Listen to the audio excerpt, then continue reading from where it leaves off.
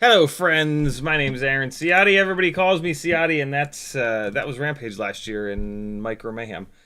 The multipathing is pretty insane, right?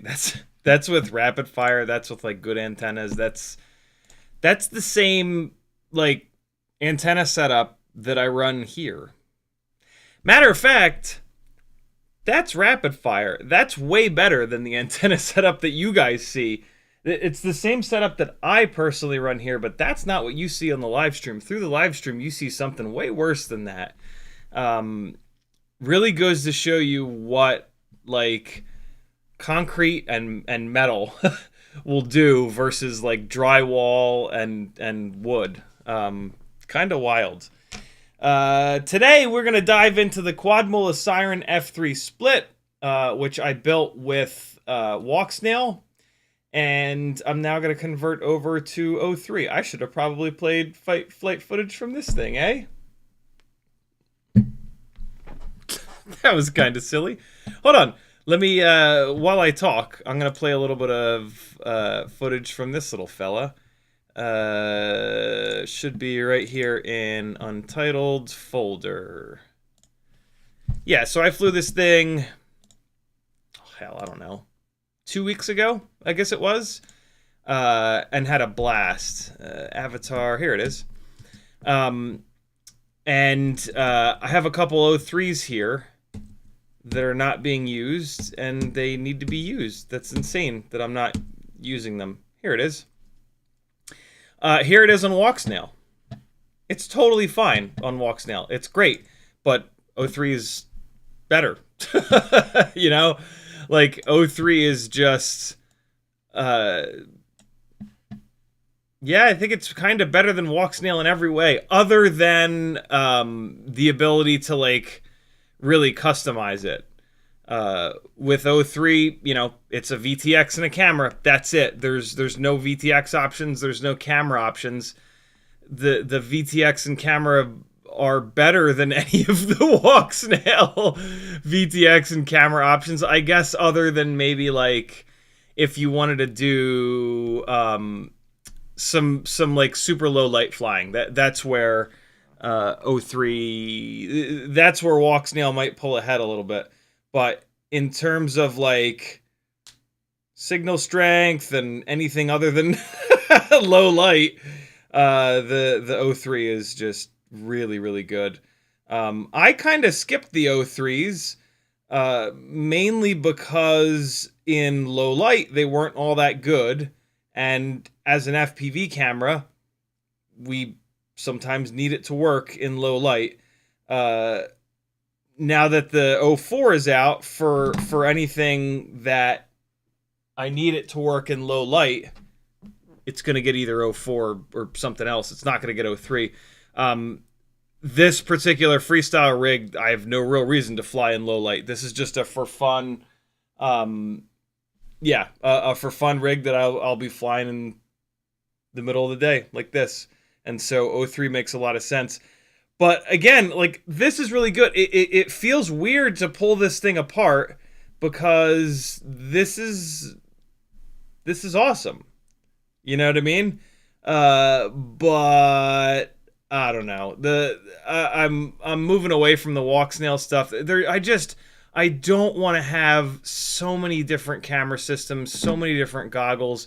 I don't know if I'll get rid of the Walksnail goggles because I have a couple whoops that have it on there, but you never know. It's a bit much, man. It's a bit much having all these different video systems, and like, you know, I've reviewed them. I don't know. I on one hand, I kind of feel like maybe Walksnail's not. It's weird because of all the DJI weird shit that's been going on, right? And so, like, if DJI actually does become unavailable in the US, then Walksnail will be the digital system. But boy, I don't know. It's tough. Hey, I'm also gonna check this guy out again. This is the rig, if you remember from last week, I thought the gyro was starting to fail on. I could have sworn that it started acting up before I changed the antenna, but somebody actually just posted on my Discord that they put one of these little TrueRC micro V antennas on their rig, and they noticed that it was vibrating like crazy. And so it's worth a quick shot. I got two 300 mAh batteries charged. So we will, I've put on a tiny little whip antenna, and I'll fly those two batteries on this thing, and it'll either fly away, and I'll kind of know that the gyro is on its way out, or it'll act right, and then we will know that with the little TrueRC micro V antennas, we need to secure them. Woo! We need to secure them down better. So yeah, we'll see. We will see.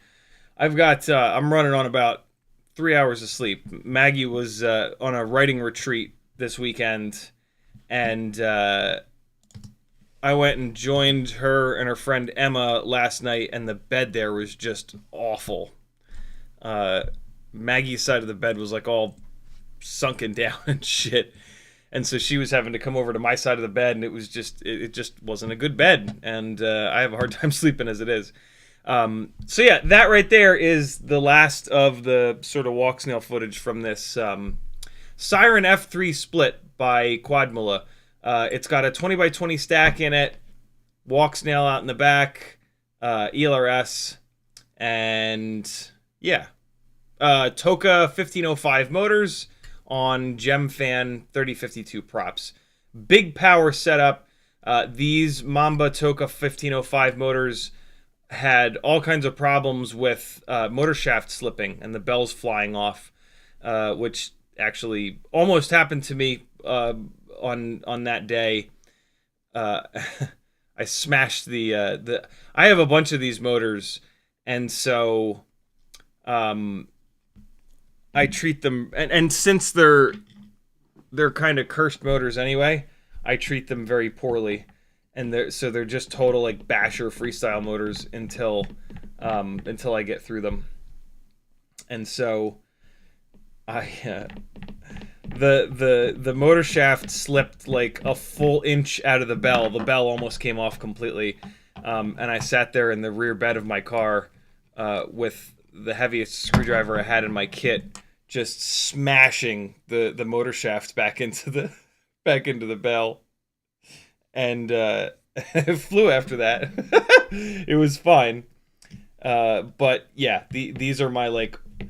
It's a shame because 1505 is a really interesting stator size, and it makes really good power. And so, like, from a performance standpoint, these motors are great until the bell falls off, which absolutely happens to them. So that's kind of tough, but it's all right, man. That's FPV, baby. What's really insane is, like, I had to smash this motor shaft to get it back up into the bell. And so it's like, if I have to put this much force into it to get it back up, how the hell much force must there have been to pull it out of there?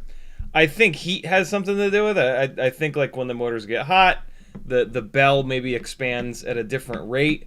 The bells are probably all aluminum at this point, and then the motor shaft is not aluminum, and different metals will expand at different rates. I'm struggling. I apologize for anyone who I make tired with my yawning.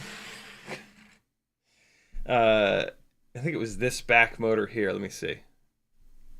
No, that one's not too bad.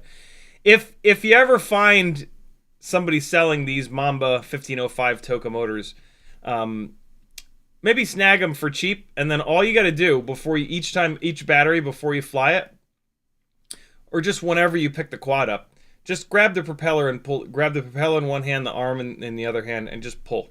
And like you'll know if it's starting to slip. You'll feel it. And don't fly it unrecoverable. It must have been this one. This one has the most movement. And if it happens, all you got to do is put the bell, like, one of the things that I'll do is take a pair of pliers and put the bell like that so that the motor shaft is in the jaws of the pliers, and then put it down somewhere solid. And then you just put it actually helps to do it while it's still bolted to the arm, believe it or not. Get like an M2.5 and put it on the motor shaft on the bottom here, and then just smack it with a hammer. And you'll just mash that motor shaft back up into the bell. And you'll be able to fly it a little bit more. That's not unique to these motors. That's any motor where the motor shaft slips. That's how you fix that. So, yeah, that's the plan for today. I'm going to start unscrewing screws on this thing here while I talk to you beautiful bastards in the chat. Bad was first. CCAD Ryan was next. Douglas 6, Apache Smoke Wounded Sniper, Levster, Rock Crawler, Andrew Taylor, Matthew W, Brad Anderson, I'm gonna sneeze. Eco thinks you should. Eco says you think he fell asleep. You can FPV, Douglas 6, Rays, Uriel, Smirk, Brad Anderson, Frank Nicholas, Notice, Render, Schweizer. Hopefully I didn't butcher that too bad. Swiss Links, Stone FPV, Phil Bradley, McShaky, Notice again, Uriel. What's up, friends? Thanks for coming. Sorry I'm so exhausted. Jesus. I'm hurting. I'm always kind of tired, but I'm like full-blown hurting right now, man. I slept from like, I think I slept from like 12 o'clock until maybe 2, and then I woke up and that was it. And Maggie was actually still up. She was having a hard time falling asleep. And then I was just up for the rest of the night. And then at like, hell, I don't know, maybe like 8 a.m. I finally fell back to sleep when Maggie was getting up. And but then we had to be out of there by 11, so she woke me up at like 10. I was like, oh, come on, Canon, you fucking ass bag. Wow, it's getting really bad again. This is so fucking frustrating. It like goes through waves where it's fine and then it's bad, and then it's fine and then it's bad. What the hell, dude? How do you create software that does that? How do you write software that just shits the bed at random, but it shits the bed more for a while and then less?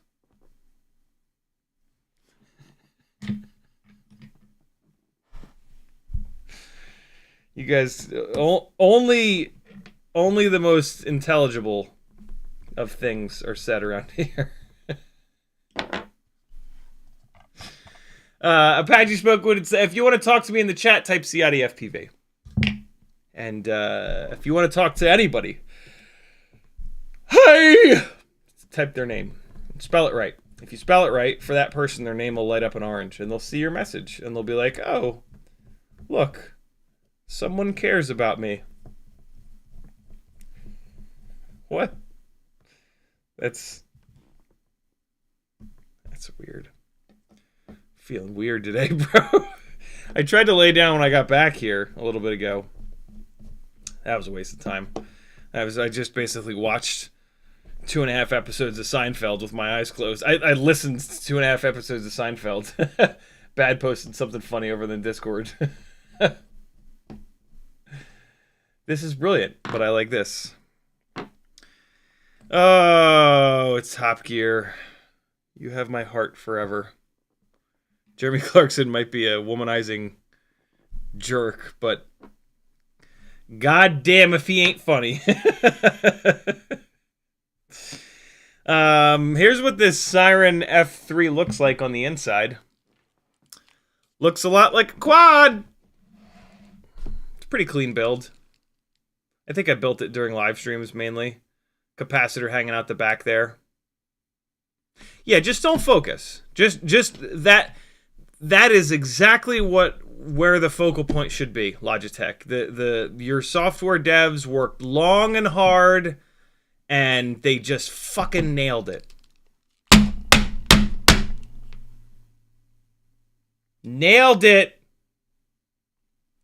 Little capacitor sticking out the back there. Kind of a jaunty angle, but I mean it works. There's a little bit of a space. There's nothing. Everything has room to kind of move. Oh shit!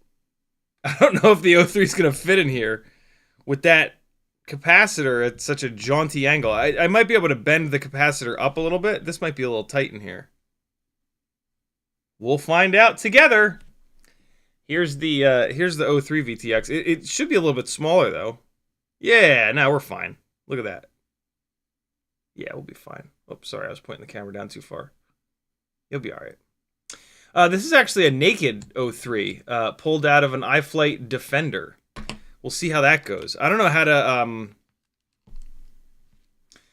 I don't know how to mount this.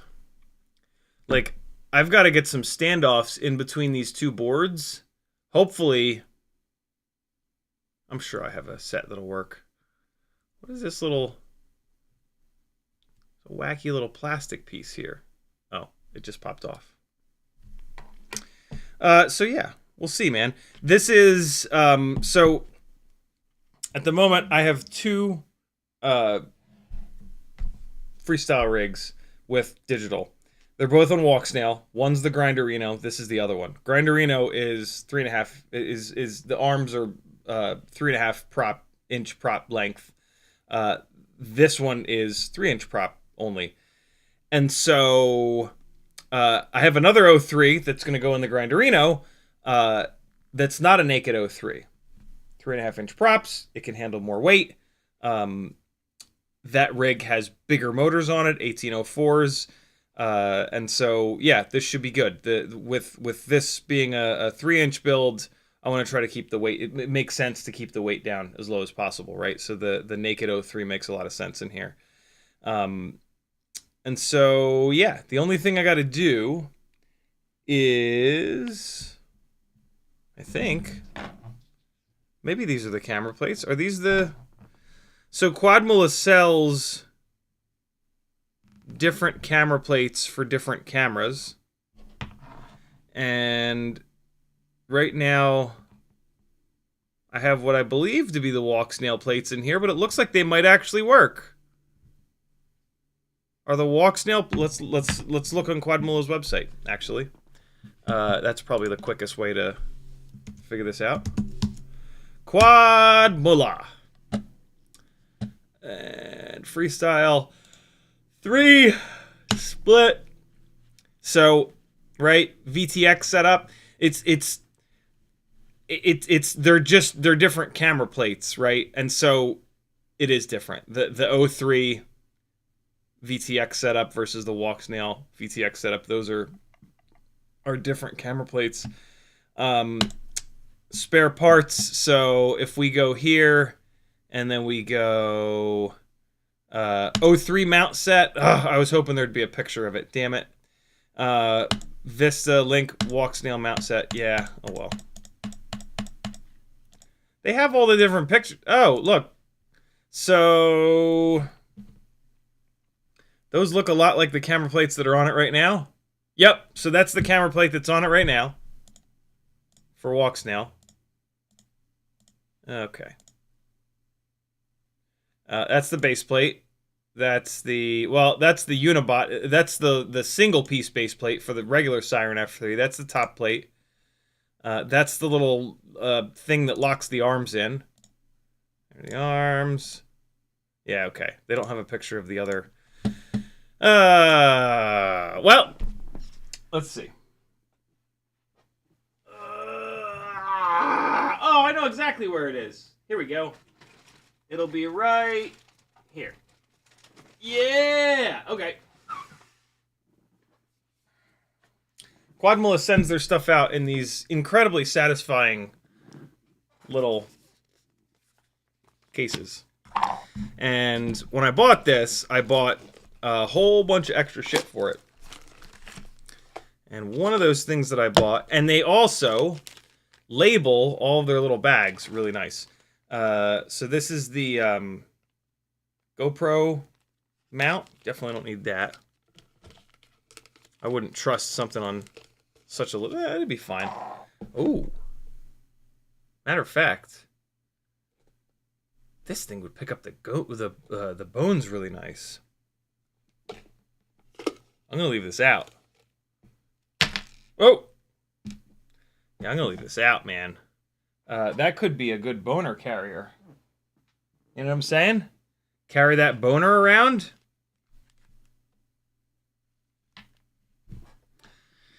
It's gonna get weirder than this today. Fair warning. I'm just. 03 mount. Look at that. Right there. Save your shit. Hoard things. Never stop hoarding. and never stop stopping. I got some little arm guards that I'm not using at the moment because I wanted it to perform as good as it possibly could. More arm guards. There's 2 different styles of arm guard. I got them both. Yeah, since I got extra arms, I figured I would not run the arm guards for a minute. One of these arms is starting to get chewed up already, so we'll see. Oh my god, there's a lot of extra stuff. Bunch of extra screws. What is this? Here's the air unit hardware. Why is the... Oh, I don't have an antenna for this. Ah, farts.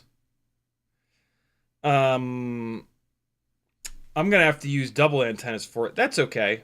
That's okay. It already has the walk snail double antenna mount. I might actually leave these antennas on it. Because walk snail is left hand. Yeah, I'm just gonna run these antennas are not great. Like the walk snail antennas are notoriously not very good. But who cares? It's 03.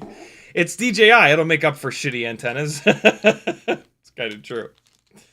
So yeah, it'll be fine. It'll be fine.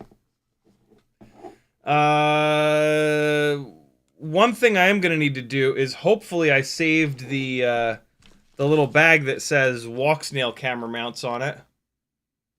Nope, that ain't it. Was it? It was probably the bag that I just put away.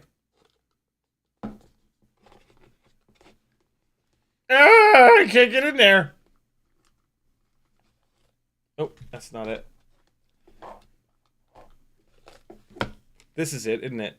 Walk snail mount set. How you like me now? Cool. Here's the extra arms. I don't need those quite yet. Yeah, extra base plate and extra split plate. It looks like I got an entire extra frame basically.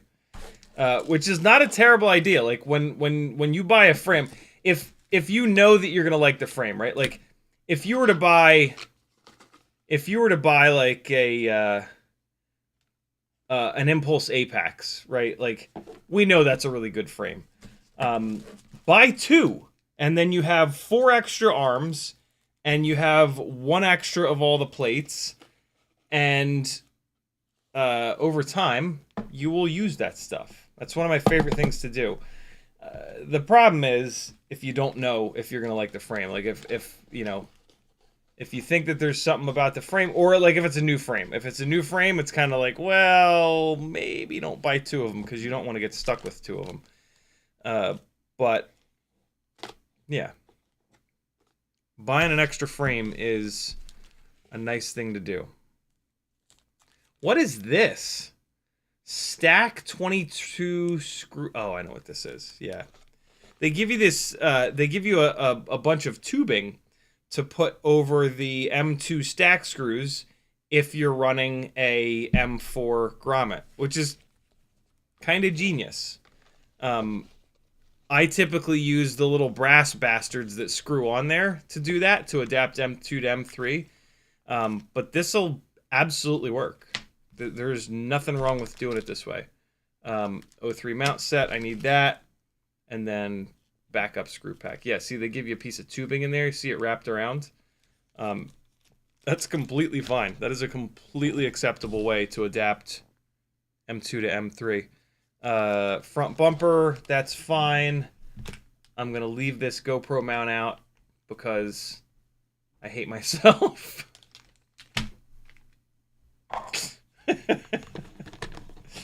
Nah, man, I want to use that boner. Never waste a boner, you know what I mean? You know what I mean. Never waste a GoPro bones. Never let a GoPro bones just sit here and get sleepy. And get sleepy. Great. Great. Have I done everything that I can do to this thing before I get over to the bench? Nah, I don't need to pull those. I guess I can start whopping on the walk snail to get that lifted up and out. I was gonna say, shit, are there not 20 by 20 holes in the bottom? There are. We're good. In the chat, Bad says, what are we working on? Currently swapping some Beta FPV 2S 550 mAh batteries to BT 3.0 and wondering if I should dismantle my 2S tiny lifter now that I have an 04 85mm. Are your tiny lifters set up to carry an Insta360 Go?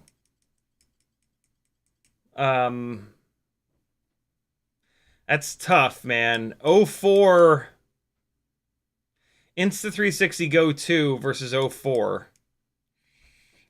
The Insta is cool because it has a square sensor and like the gyro flow and all that jazz built in just like kind of work.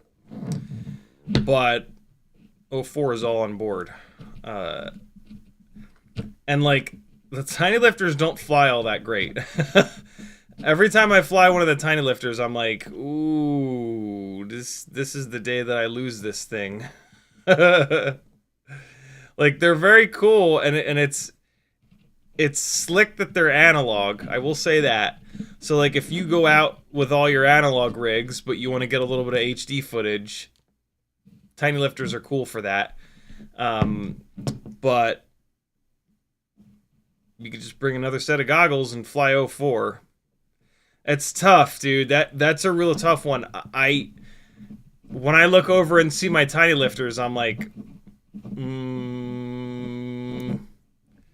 you put an awful lot of and like for me, it's like I put so much time and effort into them that I'm sure I'll just let them sit there.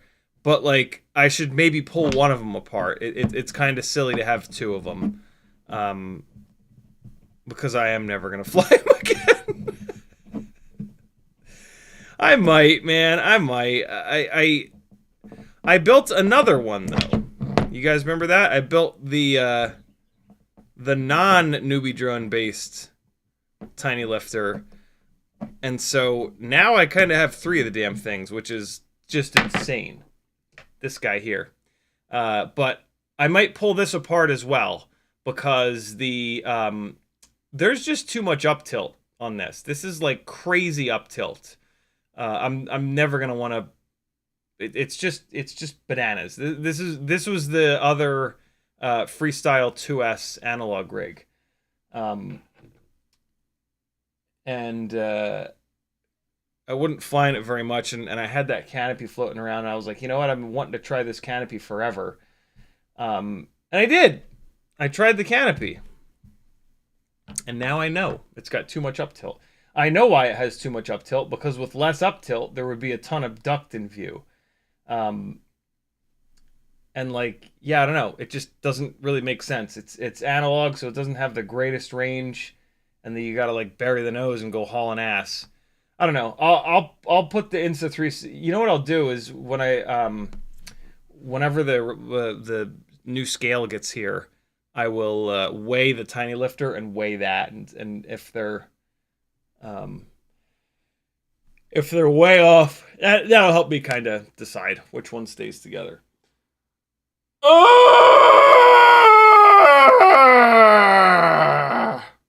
This is my Tulsa Tough shirt. Over on CiottiFPV.com, there's a link to my Etsy store where you can buy some fun stuff. Buy yourself something. You deserve it. You worked hard last week. There's also a link to my Teespring where you can get not this shirt, but shirts with my logo on them to show your love and to support me on the crazy adventure that is doing FPV full time. It's ridiculous. You should probably not do it. But if you do it, make sure you say do as often as possible. That's important to your sanity. Oh boy. I used a plug header on this. How nice would it be if this plug header works in the 03? It won't, but wouldn't it be nice? Somebody should write a song.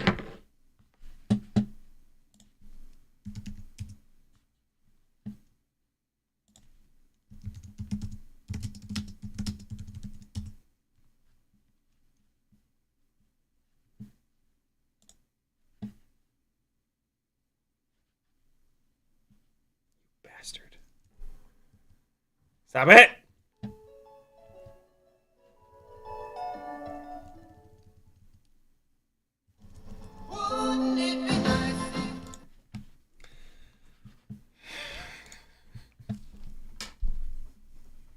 I'm so sorry. Hopefully hopefully I muted that in time to not get copyright dinged. Or if I did, this is a one-time only performance of this live stream. Now, usually they don't pull the streams. Usually they just enable profit sharing so that they can get their, percentage of nothing. It's very important that you get a small percentage of nothing. Way to go, you jerks. But, every fraction of a penny adds up if you're writing songs that 11 billion people listen to. Bad says, CiottiFPV is never late. He is I forget how to pronounce that. Ex machina and appears when we most need him. Render says, thank God we need to learn something. Oh, this is not the live stream for learning something. Maybe. You never know. Bad says, meme for tonight's stream in Discord. Phil Bradley says, have you ever used 2S on 65 millimeters? Nope, nor would I ever. Or would it be like putting a Hayabusa engine into a smart car? It's not necessarily that. I mean, it's just that it would become too heavy. Our LiPo batteries have LiPo pouches in them. A 1S battery is a LiPo pouch. LiPo pouches perform worse as the amount of milliamps in them goes down. 450 is like the last bastion of good performance. When you get smaller than 450 mAh, the LiPo pouches perform significantly worse. Couple of years ago, they started doing folded cell 300 mAh pouches. And the previous to that, the 300 mAh batteries, the performance was embarrassing. It was one of the biggest things holding Tiny Whoops back.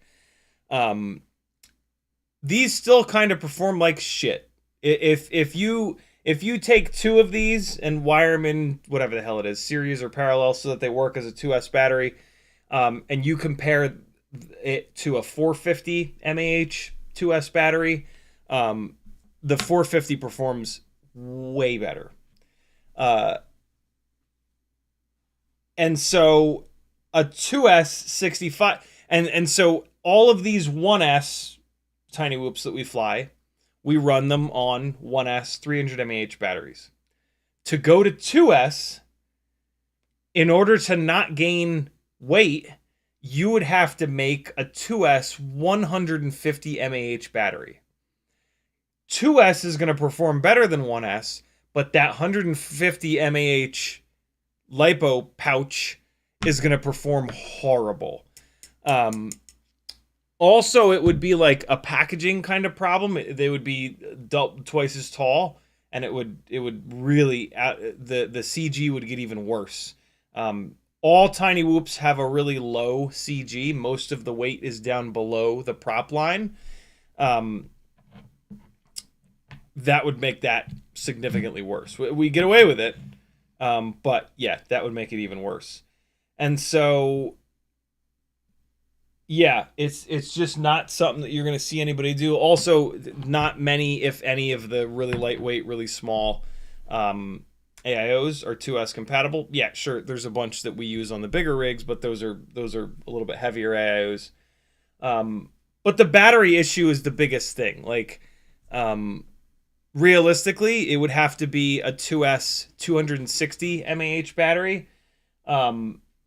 And even the 260 mAh cells perform quite noticeably worse than the 300 mAh cells. So, and if you were to do a 2S 260, it would be way heavier than a 1S 300. That's the thing to remember about it's easy to forget about batteries, is that like a 1S 300 versus a 2S 300. The 2S 300 is two 300 mAh cells. It's twice as heavy. It's easy to think like, oh, the 2S battery has 300 mAh total. No, it's per cell. And so yeah, the weight goes absolutely banana pants. So yeah, that would be that would be tough. It would be a very heavy 65 millimeter rig, at which point you would want to build a 75. 75 is the way to go if you want to dive into the 2S world. Why won't this VTX come off? I might, but if this plug header works, I might be able to do this entire swap sitting here while talking to you folks, answering questions. Uriel said, doctor said I have to drink more, so I'm a bit more off. He did not. He did not say that. He told you to drink more water. Speaking of, I feel quite dehydrated. Here's a quick, here's the, for comparison's sake, here's the Grinderino. I'll be right back. Let me just grab my water bottle. I think it's just upstairs. Here's the Grinderino at that same spot. So much more prop in view. I'll be right back. Doggy just went, ah.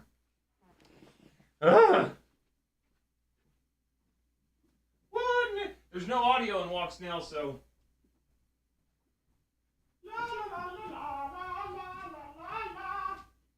How'd it go? How'd it go? I need water.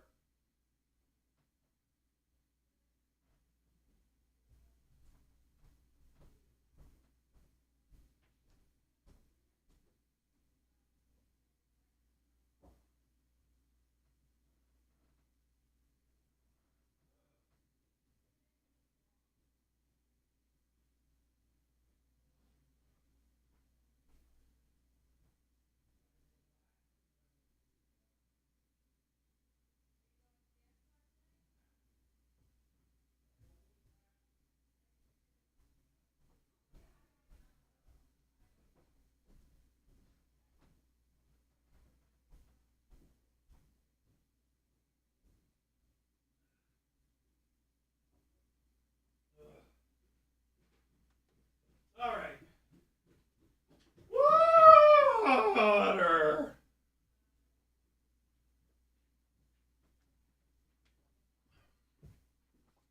Oh my God. Oh balls. What am I doing? So I was so excited. I got the I start to put these shelves back. I'm like, yeah, plug in these fucking LED light strips. Plug in the first one. It works. It's over there right now. It's here. Plug in the second one.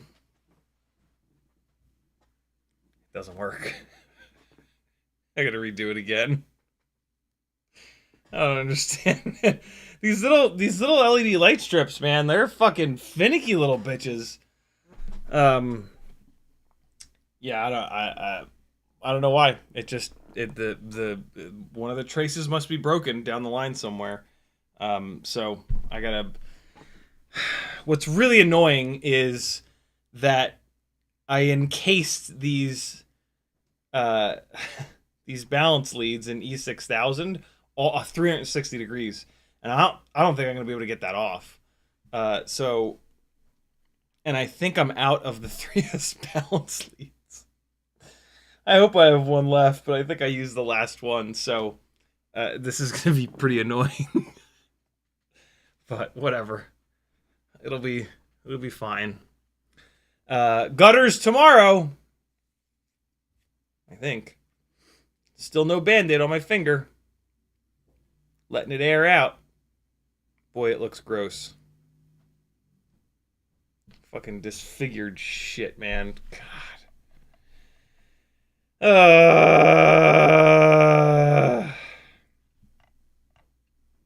Don't pick up your quads when they're plugged in, my friends. YouTube did the thing. Scroll me to the bottom. I'm scrolling back up to find my place. Brad Anderson says Thermarest camping pad self-inflating foam is a guarantee for sleep. I've tried those camping pads. They don't. Well, I've tried them when camping. I've never tried one on top of a mattress. But on hard ground, they don't work for me. I'm a bony bastard. I need proper mattress. McShaky says, I care about you. My pocket gimbal yaw is 1514 instead of 1500 and changes when I calibrate and twitches on the Betaflight tab. Is my gimbal going bad? Certainly sounds like it. You could swap the gimbals to see if the problem stays the same or chases, but just buy a new gimbal. If you've been using that transmitter for a while, just buy a new gimbal. What's the worst? You have an extra gimbal, you know? So... Notice says, did you get a new chair? I did, like a month ago. You didn't notice? McShaky says, I did build a new model to start from scratch to make sure it wasn't a configuration issue. Yeah, I mean, that was a good call. Daters says, what motors do you recommend for a Grinderino with 5-inch arms and 280 grams all up weight? The first thing I recommend is to get it off those 5-inch arms, put it onto 3.5-inch or 4-inch arms. You know, that build on 5-inch arms is basically a long-range build. Like, it's not going to fly right for anything else because the props are so big and then the all-up weight is so low that, like, like when you come off the throttle, it's just going to float down to the ground forever. If you try to like throw it up over something, it's just going to stop. So that's going to be like a sort of an imbalanced flight characteristic on that rig. If you're building it as a long range rig, okay, that's what it will do well. Massive propellers and super low all up weight. But if you're building it for anything other than like long range flying, or I guess like if you just wanted a cruiser that'll run for like 10 minutes per battery, if that's the most important thing to you, then yeah. But for any kind of like freestyle flying, or if you have other builds, like if you have a normal 5-inch build, and you don't want to have to like completely change your muscle memory and completely relearn how to fly every single time you switch between those rigs, I would put it on much shorter arms. 3.5-inch would be the best. For a 280 gram all up weight, what you want are 3-inch or 3.5-inch arms for sure. All that being said,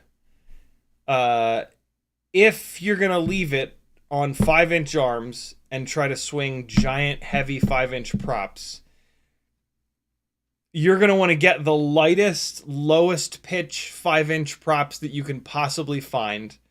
And then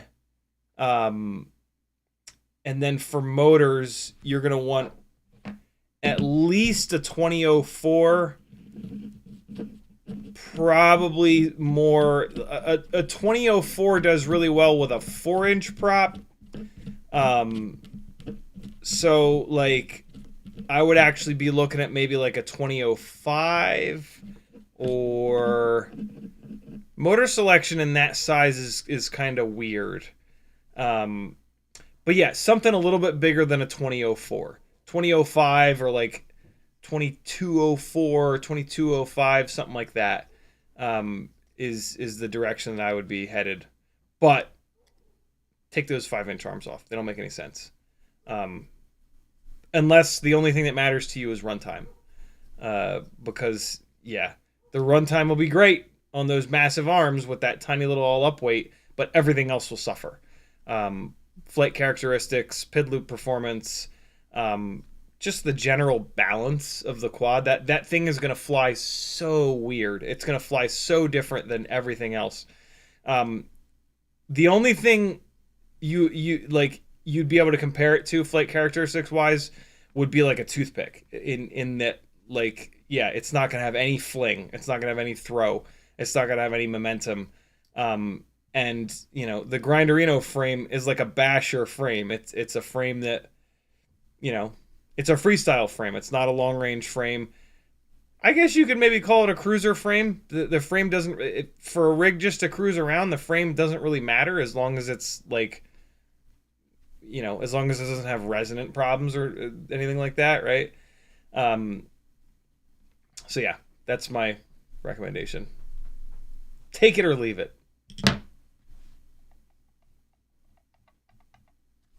Freelo Joe's in the house. He says, should I build a second Grinderino? Or get my Brat Duo back in the air? Oh my god. I have a hard time recommending putting an Acro Brad back up in the air. It's just so old. And like the unibody base plate, it's just such a pain in the ass. The Acro Brad was like the best that we had back then, but boy, have we kind of moved on from there. It's awful heavy. The clean dirty setup never really worked all that well, if at all. You could make a pretty strong argument for it making things worse. I hate to admit that, but yeah. But look, back when Tommy was working on that thing, the motors that we had available were garbage. They were like real bad. And the clean dirty setup was an attempt to deal with that, to deal with motors that were out of balance and super coggy.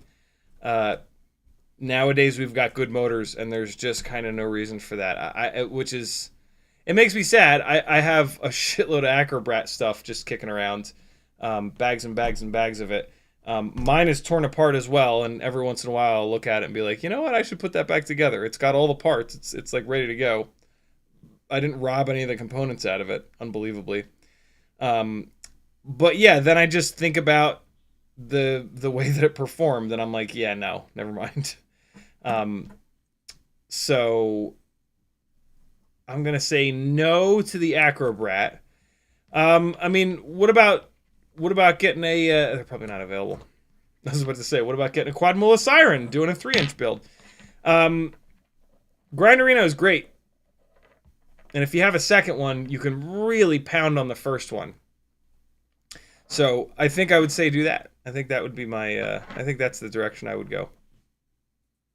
And then also, you know, you've got one less thing to learn another set of muscle memory for, right? You can build a pretty much identical rig, and in terms of like flying better and getting better footage, that's one of the best things you can possibly do. So I like that idea. I find myself in a bit of a pickle. Any opportunity to say that, I'm gonna take it. It's not a real pickle. I just have to take this T antenna out and pass it through these other antennas, and now I'm no longer in a pickle. Just like that. I got to say it twice. Hey man, I warned you half an hour ago that this is going to be a weird stream, and boy am I coming through. The problem with not having a Band-Aid on this finger is that I keep like brushing it up against things, and it hurts. It hurts like hell. I did some fucking damage to this finger, man. Bad. Bad, bad, bad, bad, bad. B-A-D, bad. By the way, speaking of bad, he's the one who realized that the BT 3.0 fits perfectly in the Module 7 V3 frame. Shout out to him for that. He figured that out over on our Discord, which is where all the cool guys hang out and where all the super nerdy shit that we figure out happens. Like that. So jump on over to CiottiFPV.com, and if you want full Patreon access, you got to help me keep this live stream going by joining I'm sorry, for full Discord access, not for full Patreon access, although you'll also get full Patreon access. For full Discord access, you got to join my Patreon.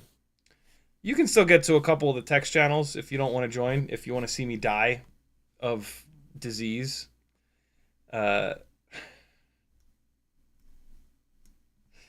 But, yeah, $3 a month, that's 10 cents a day, yo. Join my Patreon, it means a lot to me. And it is the absolute only way that I can do 4 live streams a week and work on so much of this stuff outside of the streams, talk to you guys as much, answer as many of your questions, right? Yeah, it's been a hell of a ride so far. Let's keep it going. What do you say? CiottiFPV.com. Oh, I didn't need to take these off. That was a stupid thing to do. I just instinctively pulled the... Oh, no, it was covering up those holes. Okay, good. I could have still left it on there and just chopped it out. This is heat transfer tape. You can buy this off of Amazon or eBay. If you just type in heat transfer tape, it's got a blue... Here, I'll show you. It's got a blue waxy covering on it. And carbon fiber makes an excellent heat sink.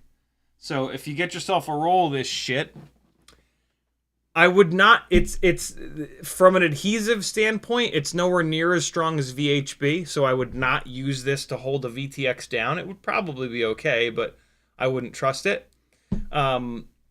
The way I use this is I put a layer down on the carbon fiber, I drop the VTX down on top, and then I use the screws to pull the VTX down into this. And it dumps a good portion of the heat out of the VTX into the carbon fiber base plate, and then your entire base plate becomes a heat sink, which is just awesome. I'm putting a naked GoPro into this thing, so that's going to be a really good idea. Hopefully there's enough room to do that. These UFL antennas sit pretty low, so there's a chance there won't be enough room to do that, but I hope that there is.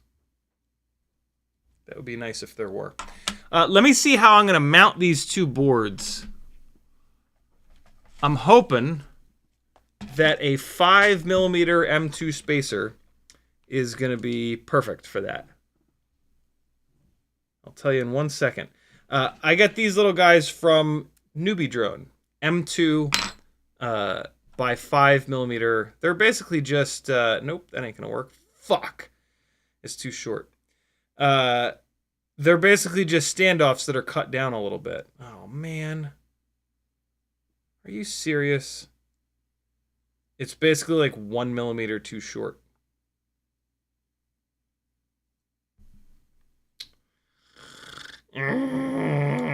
That sucks. What's this? Oh, that's the memory card slot. Who out there's got a naked GoPro? How do you how do you have it spaced out? Ooh, that sucks, man. That sucks that this is a little bit too short. I'm going to have to really scrounge around to find something either 6mm or 4mm and 2mm, but that's super annoying. What about these little plastic bastards? Oh my god, I haven't used these in forever. Are these 6mm? Of course not. Whoa, no, they are, they are. Oh my god, I'm going to use plastic standoffs, yo. What has this world come to? These little M2 plastic standoffs, I shit you not. These are from when, like, my first year in the hobby. I've had these for 10 effing years. And I used to have like a full kit of them. I got rid of that. But I saved a couple. And when I saved them, I was like, someday these will come in handy. And they'll be perfect. Today's that day. You ever hoard things?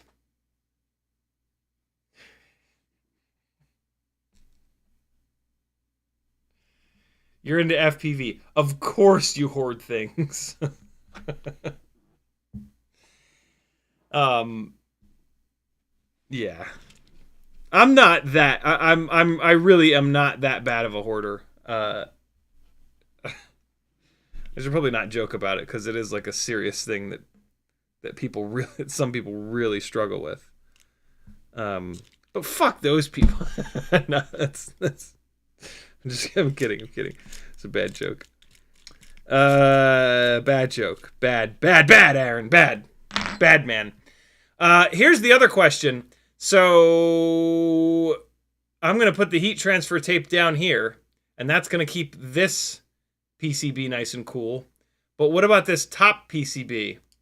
What's in this top PCB? Is the I bet you the top PCB is the one that gets really hot. Hopefully not, but oh, well, yeah, okay, this would make sense. The bottom PCB has the antennas on it, so the bottom PCB is probably where the flux capacitor is. The top PCB is probably where the processor is. And so in theory, the flux capacitor gets hotter than the processor, but I'll bet you they both get damn hot. So, yeah, I don't know. This is probably... I'm probably going to blow it up. But, I mean, that's a given, right? I feel like I also need a screw on the bottom of this thing because this PCB is pretty thin. I don't want to just go yanking down on this PCB. I'll break the corners off. So I'm gonna need like a little, maybe like a 1 millimeter spacer on the bottom of this little shit. Let's see what a 2 mil spacer looks like though. Again, on Newbie Drone, they have these little M2 by 2 millimeter spacers. Let's see. Oh, that's perfect. Oh! Oh, yeah. Oh, that's perfection. Okay, so 2 millimeter spacers on the bottom. That's going to pull that down. And then it'll pull down into the heat transfer tape. Yeah, that'll be good. That'll be good. Elias says, on a 2.5 inch, would you personally rather go lower KV, higher pitch props, or higher KV, lower pitch props? Lower KV, forget about what I would rather do. And here's how you make that decision. Lower KV with higher pitch is better for high speed. Higher KV, lower pitch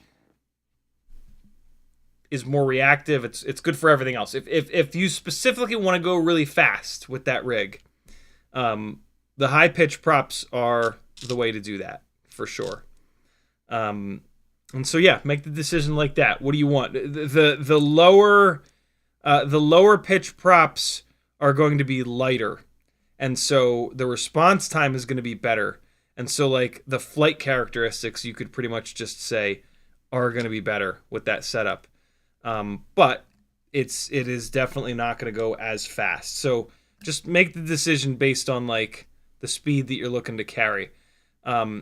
If you want to fly this around small locations, you're not going to need to go very fast. If you want to try to fly it like a 5-inch rig, which you shouldn't, but plenty of people do, the higher pitch props are going to allow it to cover more ground. So if it's for like out in front of your house, high KV, low pitch for sure. If it's for flying at football fields, not high KV, not low KV, high pitch. Shit. Do I not have... Oh my god, should I run plastic nuts on the bottom of the plastic Standoffs?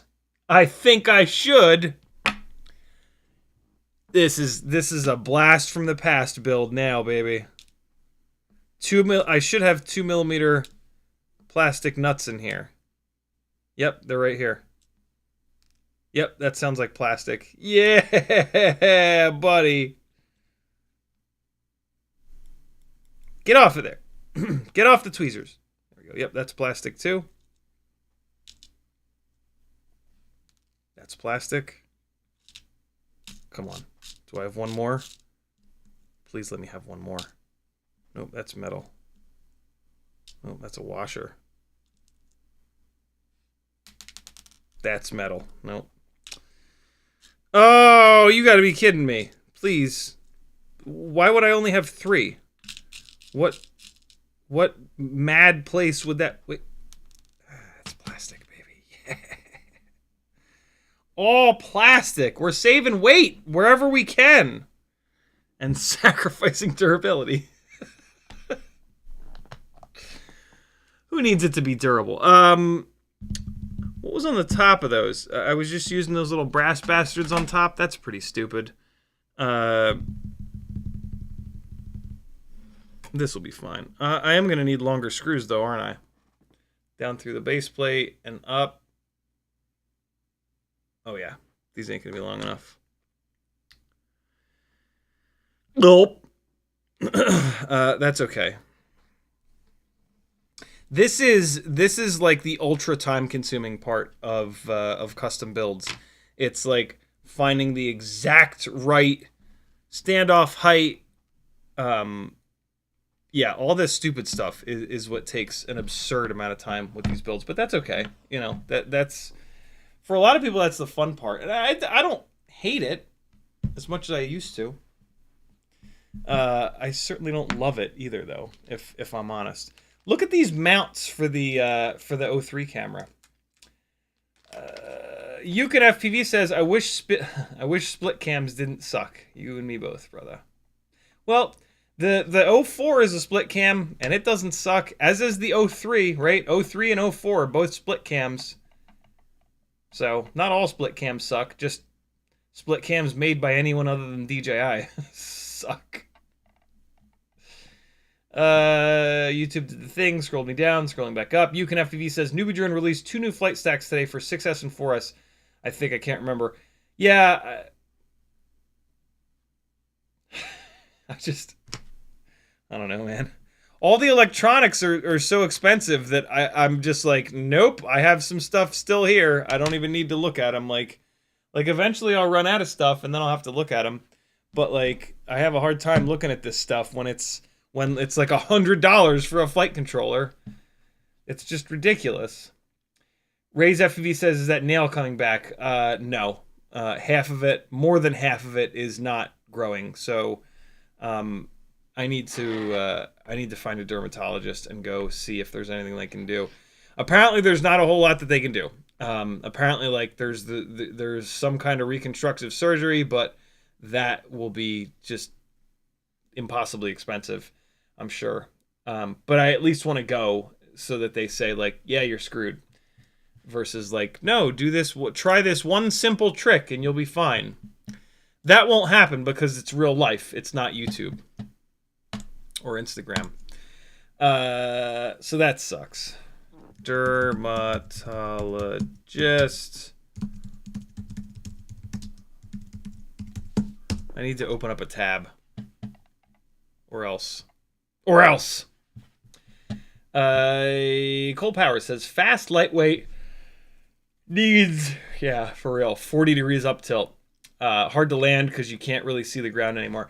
Yeah, you know, really good point. That's another reason that I don't talk too much about, that I don't recommend you try to go fast with micros, is that like they don't want to go fast. Even if you put high pitch props on them, even if you make a whole bunch of power with them, they don't want to go fast. They're too small.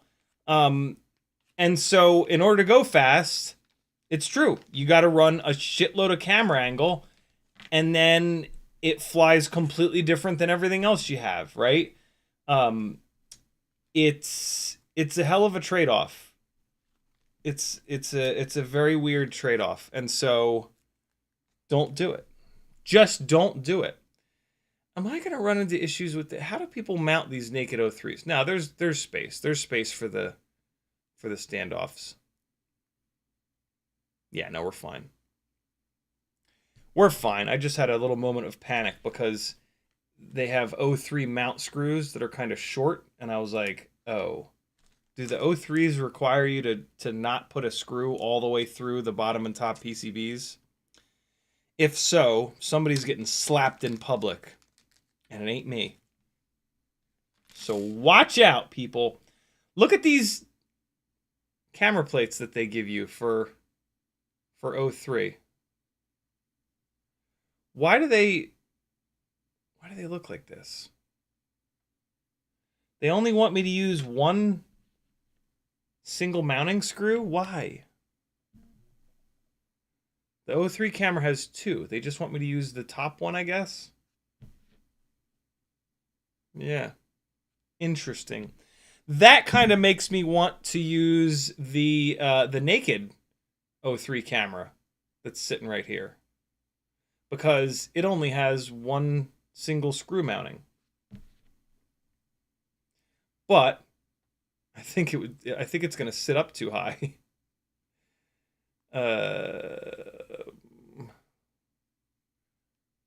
What is this about? This is the camera that came off the iFlight Defender. I have a feeling that they've got like a little housing on this. Maybe? It's hard to tell. I mean, I feel like they do. I feel like they have a little aftermarket housing on this guy. It looks factory though, man. It looks really good. I kind of wanted to go with the full-size camera so that I could use ND filters on it. You know? And for like added strength, really, as well. So I think I'm going to do that. I'll save this naked O3 camera for nothing. It feels weird, though, to separate the naked O3 camera. Well, you know what? Eventually, I'll probably break this camera. So at that point, I'll put the naked camera on, and I won't have any ability to snarfle the Garthog. Anybody? Anybody remember that one? I'll be pretty impressed if you remember that. That's a pretty deep cut. Call it out in the chat.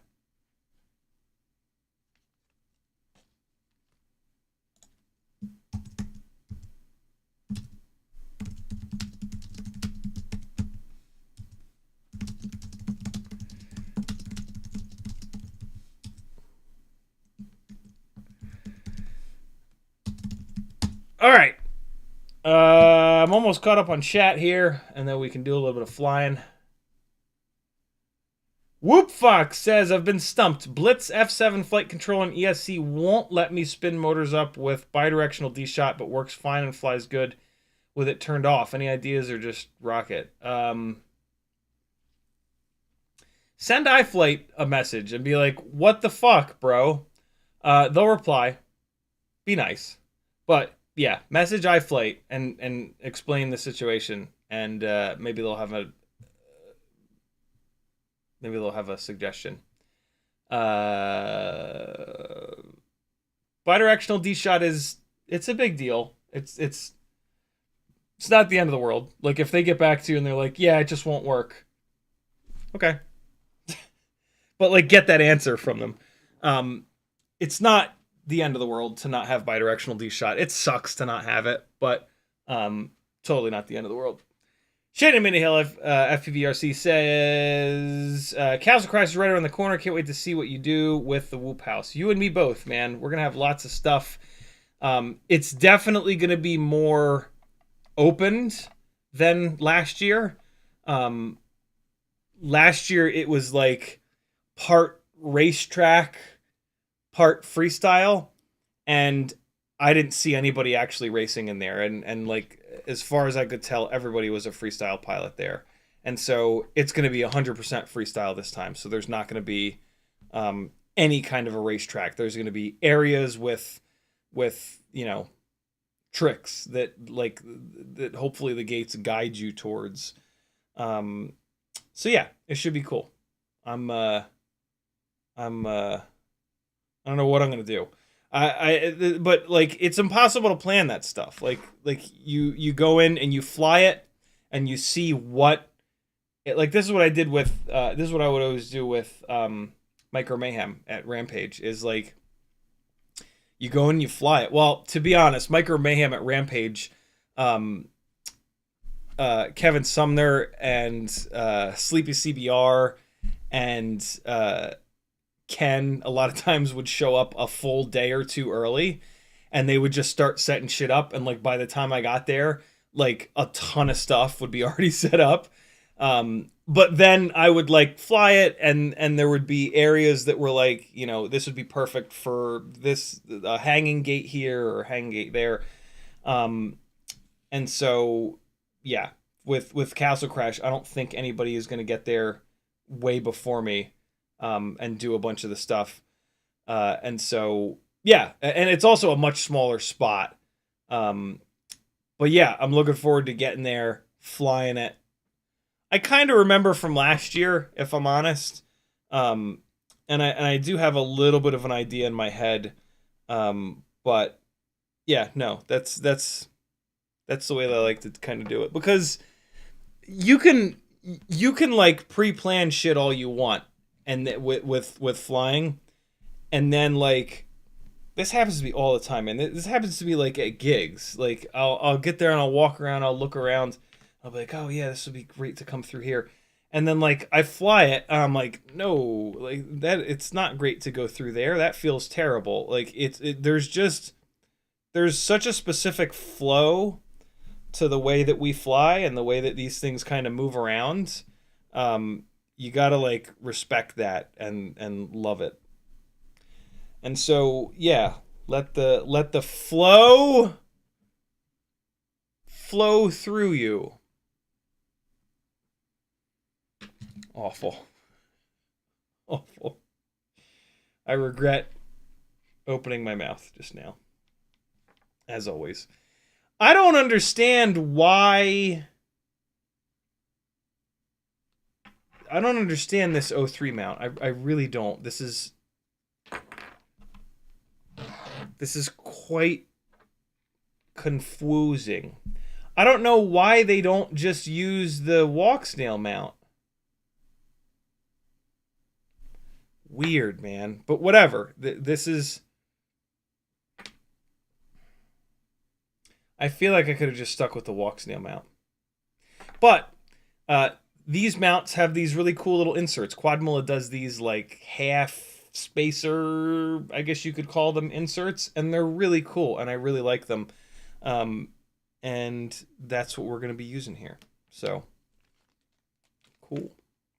I need to pull these antennas off this walk snail because I'm going to steal them for this build, and then this walk snail VTX is not going to have antennas, but I think I have some extra walk snail antennas floating around, so I'll be all right. This is going to be super weird running an O3 with walk snail antennas. This is like heresy. But like, these antennas are already in the mount. There's 2 of them, and they're hopefully not that bad. Get off of there. There's nothing to see. If you're wondering why I'm not doing this down facing cameras, there's my hands just wow. I'm not soldering. I'm not doing anything interesting. I'm unplugging UFL leads right now. You're not missing anything. Whoa, look, wee. I gotta take a crap, man. Every time, every single time. Went to H Mart before I went up to the cabin to visit Maggie and Emma last night, and I got some sake and sushi. And I drank a whole bunch of sake.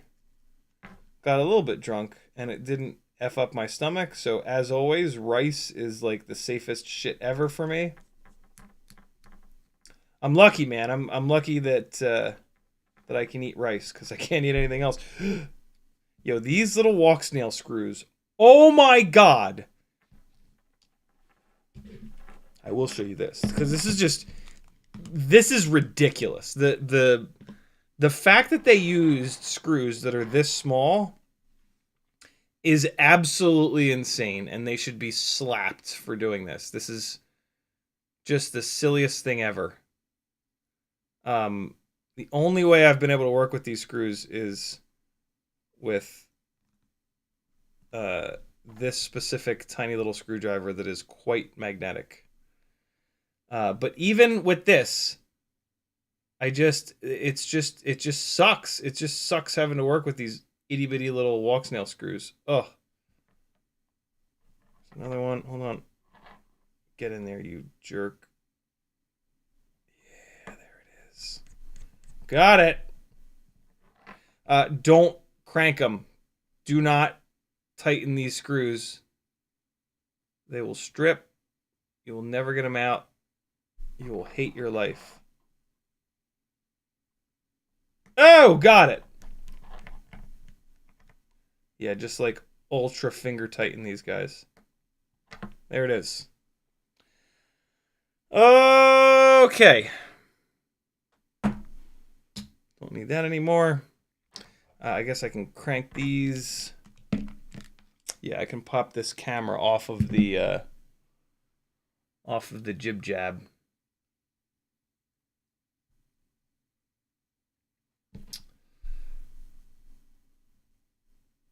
Siskel says, I've got a 2S walk snail whoop on that building. I think they call it squares. Oh no. Where the F3 video is at.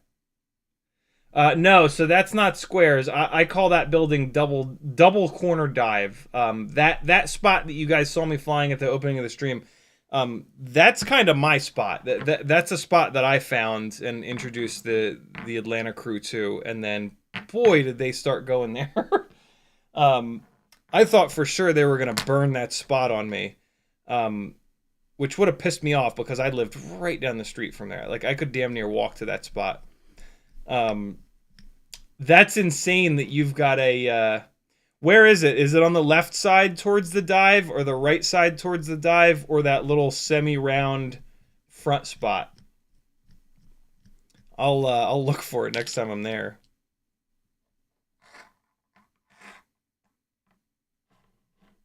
First trip to Atlanta. That's brutal, dude.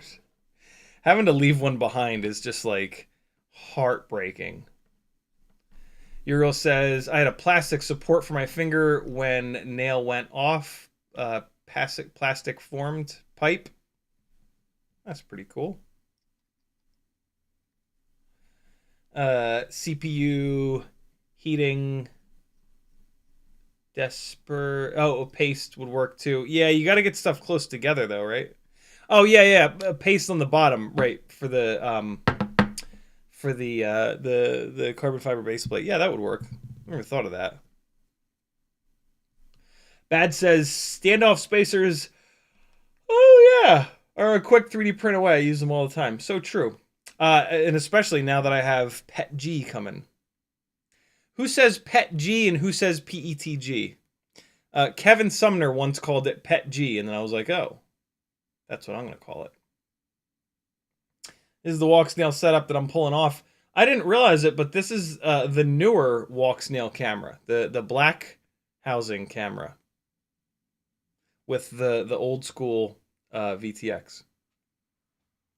I did not realize that. That's the wrong spot for that, but that's okay. Okay, so the walk snail plates are going to go in the walk snail bag, and I'm even gonna put this hardware in here because this hardware is ultra short. Cole Power says lower KV, higher pitch should have better response time. My honest opinion. You would think so, but it practically never does, because the high pitch props are way heavier. It does depend, though. I mean, it depends on the propeller that you run on either one. But yeah, same stator size. Same stator size, low KV versus high KV. Almost always, the high KV low pitch prop is going to give you better response time. Not only is the propeller going to be a lot lighter, but low pitch is going to have less drag on the air, right? And that's going to offset the fact that low KV high pitch doesn't need to change as much RPM, right? Like a low KV high pitch setup might only need to go from 0 RPM to, let's say, 10,000 RPM. The high KV low pitch setup is going to have to go from 0 RPM to maybe 12,000 RPM. But yeah, typically high pitch propellers are just unbelievably heavy. Like I've seen high pitch propellers that are twice as heavy as their low pitch counterparts. Like it's really wild. So yeah, there's that. 03 mount, I don't need anything else in here. What happened to that quad? Oh, it's back there. Okay, so don't need this. Don't need this. Wait, no. This goes in here. 03 mount, yeah. 03 screws, don't need them.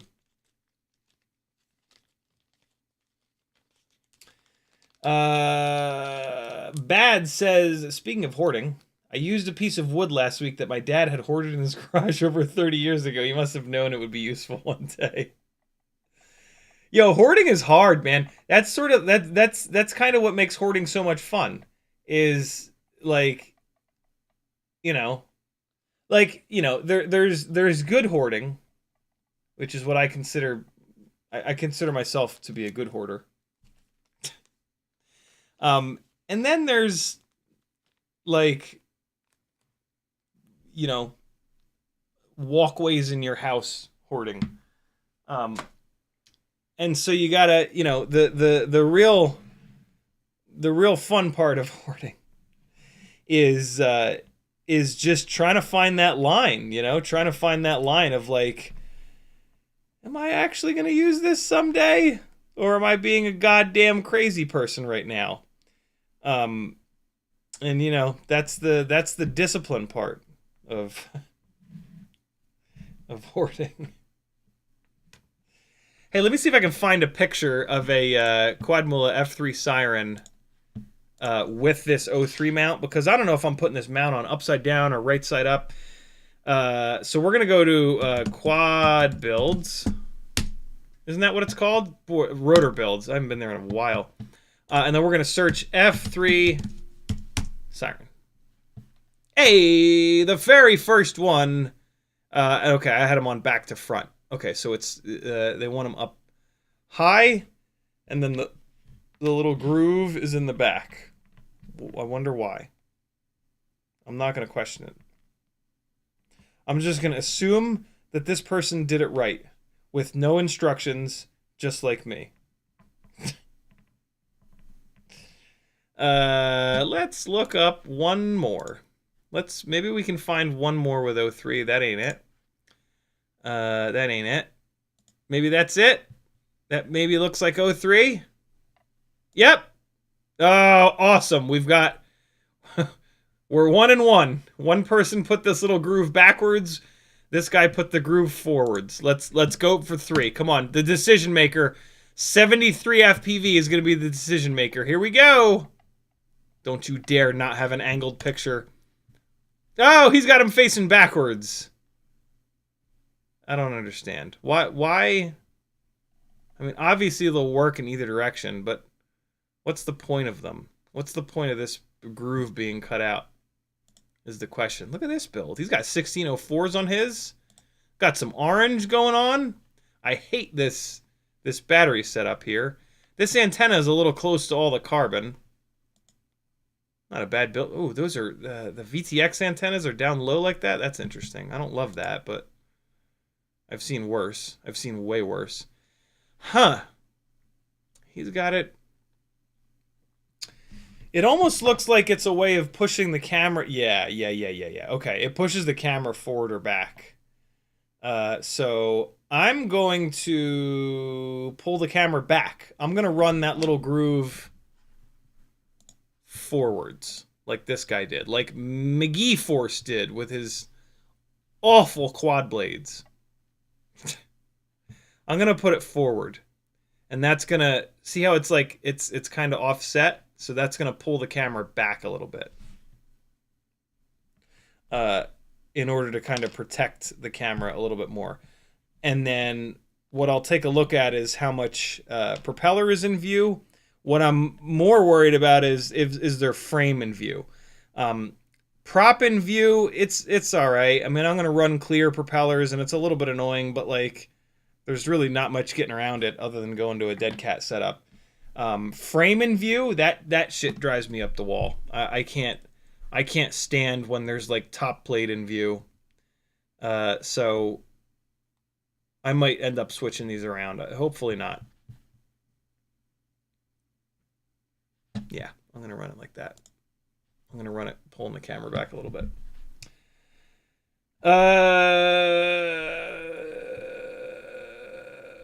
Cole Power says, Coneheads, you're right. Schnarfle the Garthog!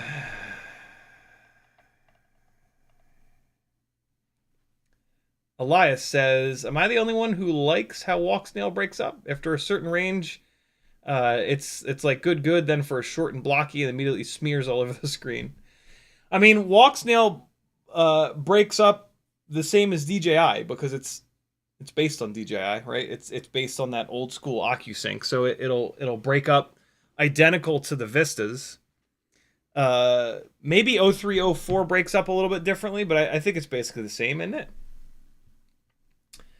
Siskel says, I'll be volunteering again at Castle Crash, so if you need help, I'll be there Thursday. Awesome, dude. I will need help. There'll be lots of people running around, though. We'll have a good time. Kevin Sumner says, assuming you're getting there on Thursday, you'll be one of the first to fly the Whoop Hall this year. I'll be too busy setting up. Awesome. Euro says, the nail will grow on you, like doable. Can't tell if trolling or real. Levster says, I just ordered the HDZero Box Pro. They have integrated patches, right? What are they? LHCP, RHCP? One of my favorite things that HDZero did is they went right-hand circular polarized. So we can use all of our analog antennas. Kevin Sumner says, also, and they put a link. Let's see what this link is.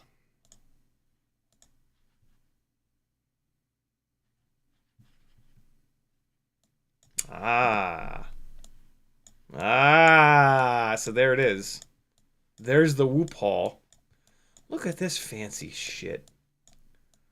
Look at this fancy ass 360-degree shit. I'm hoping that we can get this string of lights out of here because I want these. I want the up here to be gates. I'm sure we can do anything. Hopefully there's hey, look at that. I was about to say, hopefully there's a somewhat sturdy ladder. That looks pretty sturdy. There was a wooden ladder there last year that I was like, yo, somebody gonna die today. It was sketchy. I'm wondering if we should fly from up top here. I'm wondering if like the problem with that is if you crash down here, it sucks to go get it. But it would be pretty cool to fly from up here. Because like flying up here kind of sucks because like you drop down low and then what? You got to just jump back up over again. I don't know, maybe if there's a couple cubes in here or something like that and like you come up here and you like cube and then you backflip up through, I don't know. I'm also trying not to just design it for me. Like I've gotten really good at flying indoors and so like I want to make sure that I don't just set it up like infinite difficulty, so that like everybody else flies there and is just like, yo, this is impossible to do anything. So yeah, I gotta make sure that I don't get too carried away with it. Cole Power says, oh shit. Where'd that go? There it is. Gold Power says, I think low pitch is better for heavy rigs because they have better mechanical advantage and better disc loading, but all else being equal on a lightweight rig should generate better response. Yeah, I agree. Heavy, like, but I think about it differently. I think about it from the perspective of heavy rigs want heavy propellers, heavy, strong propellers, right? But yeah, that's an interesting way to think, way of thinking about it. I don't think you're wrong. Kevin Sumner says PET G because PET, Coke bottle plastic that's been glycol modified to make it easier to print. PET G is OG name, but the dash... Oh, PET dash G is OG name, but the dash got dropped. If I was an OG 3D printer person, I would absolutely call it PET dash G. Well, you know what's interesting, though? I call PET plastic PET. So I guess maybe I should call it PETG. Cole Power says the key to hoarding is dialing in the right amount. Yeah, it's true. Hoarder tuning, if you will. Nice. Teleport FPV says 4S lightweight 5-inch rig. I've been running HQV1s for a while. Do you know if J33 is close in performance? The J series of propellers are going to be completely different than the... Wait, no. V1S? What the hell's the V1S? Wasn't it V3S? No, okay, yeah, it is V1S. So the HQ V1S propellers are heavy as hell, but they are durable. The J series propellers are the complete fucking opposite. They are super lightweight and not durable at all. They are actually not durable enough. I love the way that they flew from like a response time perspective because they're stupidly lightweight, but every time I crashed, they bent up or broke a blade off. They were just kind of a nightmare. So the J33s will fly a lot better, but when you crash them, you will hate your life. Matthew W. says, some hoarding tendencies run in my family, but I satisfy that itch through data hoarding. There you go. That's the way to hoard. Hoard data. I have everything digital from 1996 onwards with bits and pieces from earlier. Nice. That is the best way to hoard, I think, is to hoard data. Oh my God, it's 4:53. Jesus. I've been dicking around too much.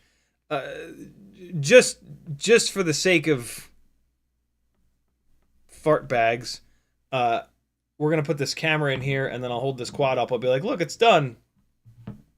Because all I really have to do is sort the plug situation out and screw the VTX down. So it is, you know, close to being done. But I want to see how these how this camera sits in here. You know what I'm saying? So I'm assuming that we're using the top screw port only, which, to be totally honest, I don't love, like, the DJI cameras and the Walksnail cameras too. They have the 2 screw mounting, and the cameras are heavy. And so, like, what that dual screw mounting does is it makes sure that the camera doesn't go to 500 degrees of up tilt when you crash. And so I'm a little skeptical here. But look, it's done. Look, there's a camera in it. Whee! Cool. And it looks like it sits in... Oh, wow, this is holding up tilt really nice, actually. Okay, I think we'll be all right. But yeah, look at that. I'll finish it up. Don't you worry, I'll finish it up. Tomorrow night, live on stream. Maybe. Probably. Let's fly a couple batteries and then I'll go take a shit.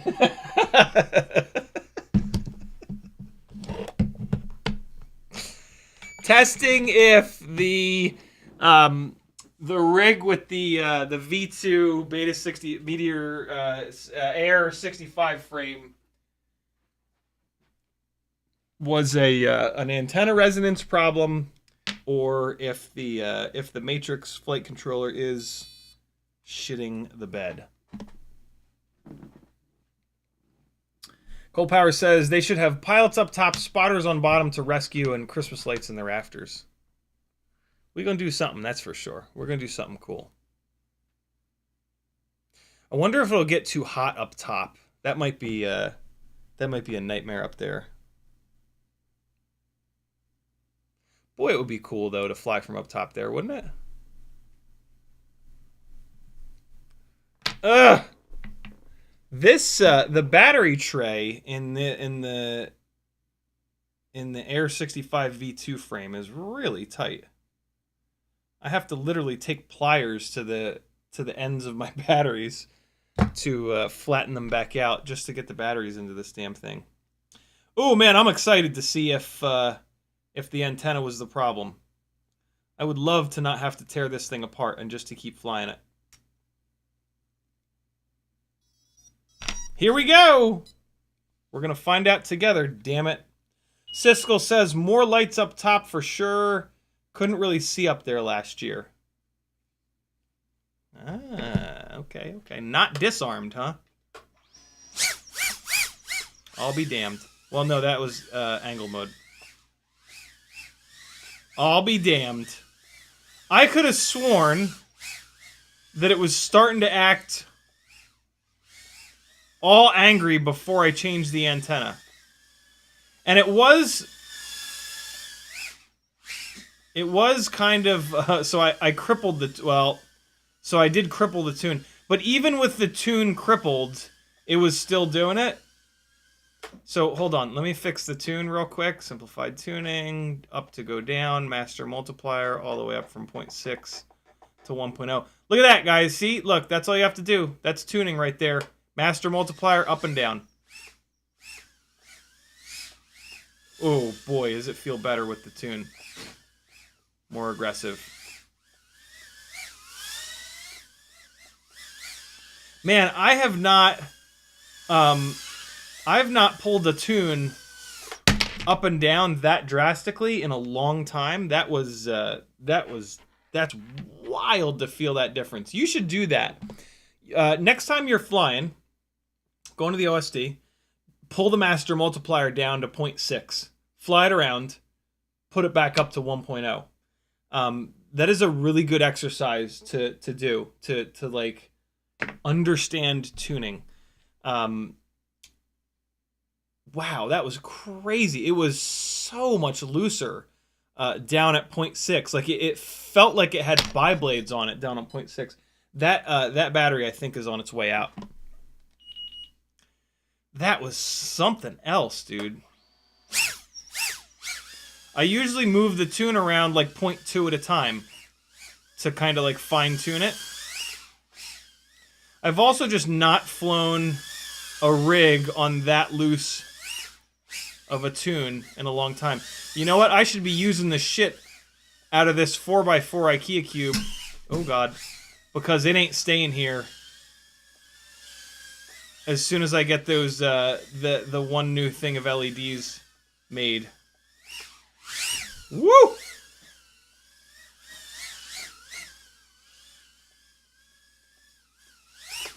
Ah! Wait, no. Oh, for Christ's sakes. Where did that crash? Oh, back there.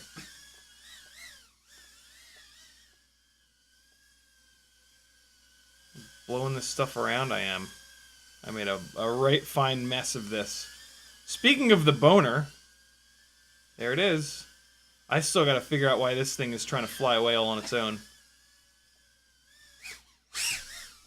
Oh! I wanted to Matty flip backwards through there. Let's try it again.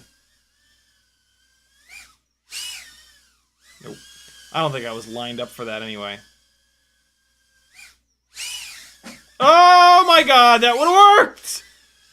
I bailed. I shouldn't have. No, no, no. Come on. Nope. Don't bail, just do it. Ah! It looks so good. There's like no skill to it. It's just like picking a time to hammer the throttle and hope that you go through. But as usual with most gaps, the gap itself is bigger than like the outsides, right? So like if I just randomly like I'm gonna close my eyes. Ready? Eyes closed. It went through, didn't it? Yeah, it did. I literally shut, like, just because the amount of openings are much bigger than the thickness of these guys, you know? So, like, when in doubt, just go for the gap. Oh, boy. Oh, my God, it's gonna hit me in the face!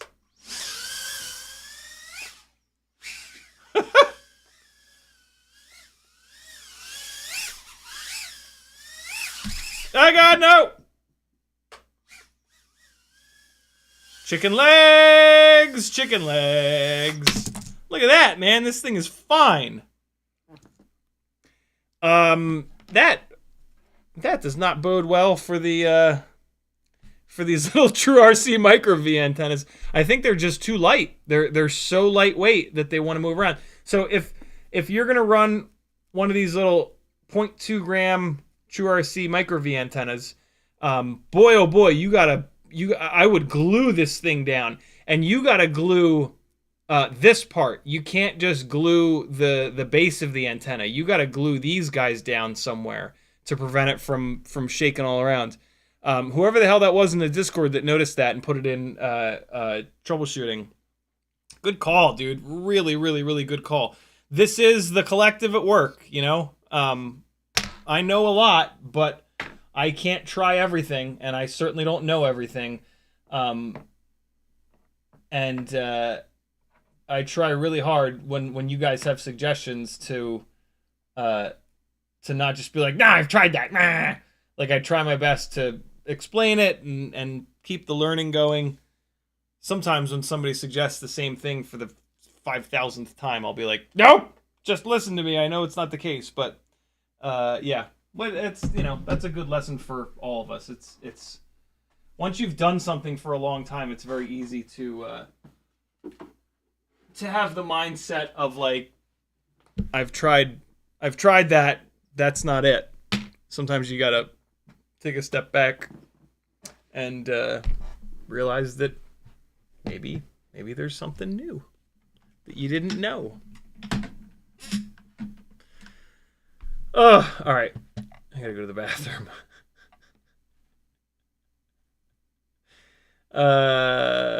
License to Drive says, did you ever see my Pac Man plus Ghost LED whoop gates? What?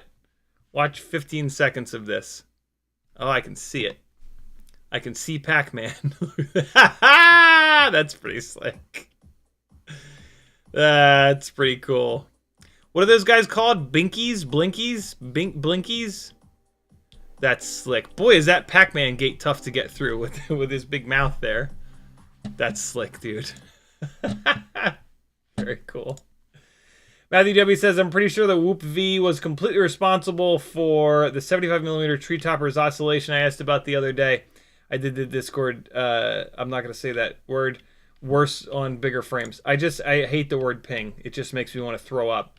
You could, very cool, man. I'm glad that we all got that straightened out. You Can FPV says, so it was the antenna. Yep. Inky, Pinky, Blinky, and Clyde. That's it. Good call. I don't know why that information is in my brain. Yeah. Be ultra careful with these ORT micro Vs. Sorry, not ORT. The ORT micro Vs are fine. This is the TrueRC micro V. And yeah, I've not heard of anybody running this other than Matthew W. And both of us had oscillation issues because of it. So yeah, you got to secure it. You got to glue it down somewhere. You got to glue the actual fins on the antenna down somewhere. The little fin part of the antenna up on top there, it's so thin that it's just shaking around. All right, friends, be good. I'll see you tomorrow night at 10. I'll have gotten some sleep, I promise. And we can hang. I don't know what we'll do. Well, we're going to finish this Siren F3 split. Love you, bye. Don't close that tab. That's the dermatology tab. See you guys then. Here's some more not... Oh, here's the Siren F3. I was gonna say here's not the Siren F3, but that's... Oh, what? Get out of here. Play the right file. You jackass. There it is. See you guys tomorrow night. Come on. There we go.